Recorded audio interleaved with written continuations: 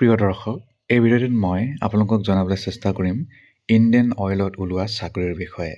Indian oil আপোনালোকে জানেই ভাৰতবৰ্ষৰ আটাইতকৈ ডাঙৰ কোম্পানীৰ ভিতৰত।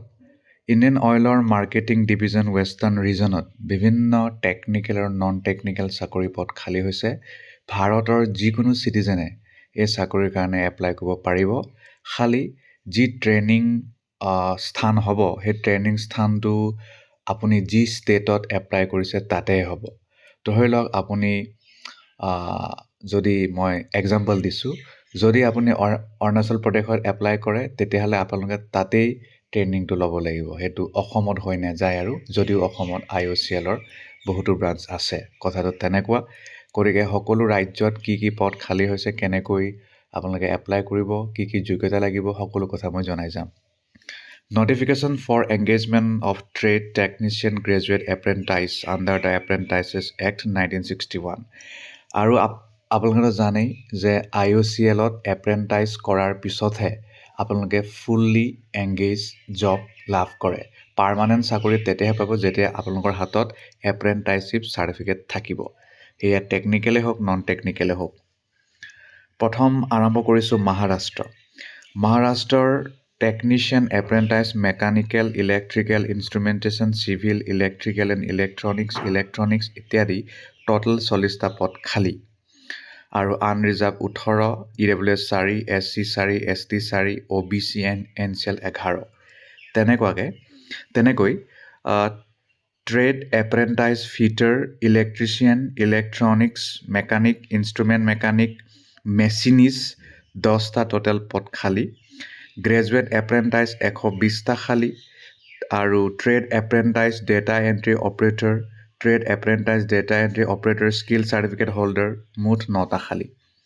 ডেটা এণ্ট্ৰি অপাৰেটৰ কাৰণে ক্লাছ 12 পাছ কৰিলেই হ'ল। এয়া হৈছে নন টেকনিকেল জব। ঠিক তেনেকৈ আহিল আমাৰ গুজৰাটত technician apprentice mechanical, electrical, instrumentation, civil, electrical and electronics 20টা খালী।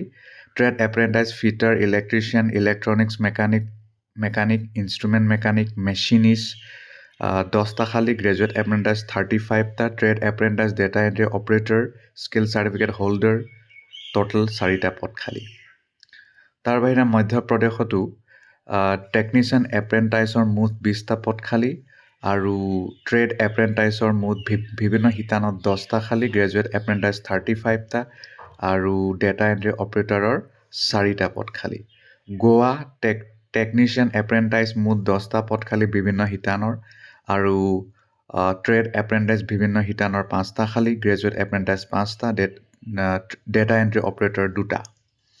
ছত্তীশগড় টেকনিচিয়ান এপ্ৰেণ্টাইজ বিভিন্ন শিতানত মুঠ 10টা পদ খালী। ট্ৰেড এপ্ৰেণ্টাইজ মুঠ 5টা। গ্ৰেজুৱেট এপ্ৰেণ্টাইজ 5টা। ডেটা এণ্ট্ৰি অপাৰেটৰ 2টা। তাৰপিছত আহিল দাদৰা নগৰ এণ্ড হাভেলী টেকনিচিয়ান এপ্ৰেণ্টাইজ বিভিন্ন শিতানত 10টা পদ খালী। ট্ৰেড এপ্ৰেণ্টাইজ বিভিন্ন শিতানত 5টা। ট্ৰেড এপ্ৰেণ্টাইজ গ্ৰেজুৱেট এপ্ৰেণ্টাইজ 5টা। ডেটা এণ্ট্ৰি অপাৰেটৰ 2টা। তাৰ বাহিৰে ডামন এণ্ড ডিউ টেকনিচিয়ান এপ্ৰেণ্টাইজ বিভিন্ন শিতানৰ 10টা। আৰু ট্ৰেড এপ্ৰেণ্টাইজ 5টা। Graduate apprentice 5। Trade apprentice data entry operator 2টা। অ'কে, ইয়াৰ বাহিৰে এতিয়া আমি আহোঁ মূল কথালৈ যে কি কি শিক্ষাগত অৰ্হতা প্ৰয়োজন হ'ব, কেনেকৈ চিলেকশ্যন পাব। বয়সটো 18 পৰা 24 বছৰ বয়সৰ ভিতৰত, কিন্তু ৰিজাৰ্ভ কেটেগৰীত য'ত যি ৰেহাই পাবলগীয়া আছে পাব। Stipend apprenticeship training 12 month.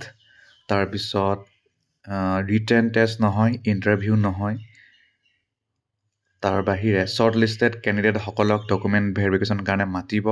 সকলো তথ্য লাভ কৰিব https://iocl.com apprenticeship pre-engagement medical format বুলি পাব। সেইটো আপোনালোকে ক্লিক কৰি সেইটো ফিল আপ কৰিব লাগিব। আৰু ডেটা এণ্ট্ৰি অপাৰেটৰ যিসকলে এপ্লাই কৰিব তেওঁলোকে https://www.apprenticeshipindia.gov.in এপ্লাই কৰিব লাগিব। আৰু টেকনিচিয়ান এপ্ৰেণ্টাইজ ডিপ্ল'মা যাৰ আছে তেওঁলোকে https://nats.education.gov.in/studentregister.php। গ্ৰেজুৱেট এপ্ৰেণ্টাইজসকল https://nats.education.gov.in/studentregister .php লৈ কণ্টেক্ট কৰিব লাগে তাত গৈ এপ্লাই কৰিব লাগিব ইয়াত এটা কথা স্পষ্ট কৈ দিছে applicants are strictly required to submit their application only against the vacancies notified under the states of western region আপোনালোকে যেতিয়া এপ্লাই কৰিব তো আপোনালোকে যি ৰাজ্যত এপ্লাই কৰিছে সেই ৰাজ্যতহে ট্ৰেইনিংটো কৰিব লাগিব বেলেগ ঠাইত কৰিব নোৱাৰিব মই সেইটো কৈছিলোঁৱেই আৰম্ভণিত তাৰ কথা ইয়াত কৈছে লাষ্ট ডেট 31 জানুৱাৰী সকলো তথ্য তেওঁলোকৰ অফিচিয়েল ৱেবছাইট লাভ কৰিব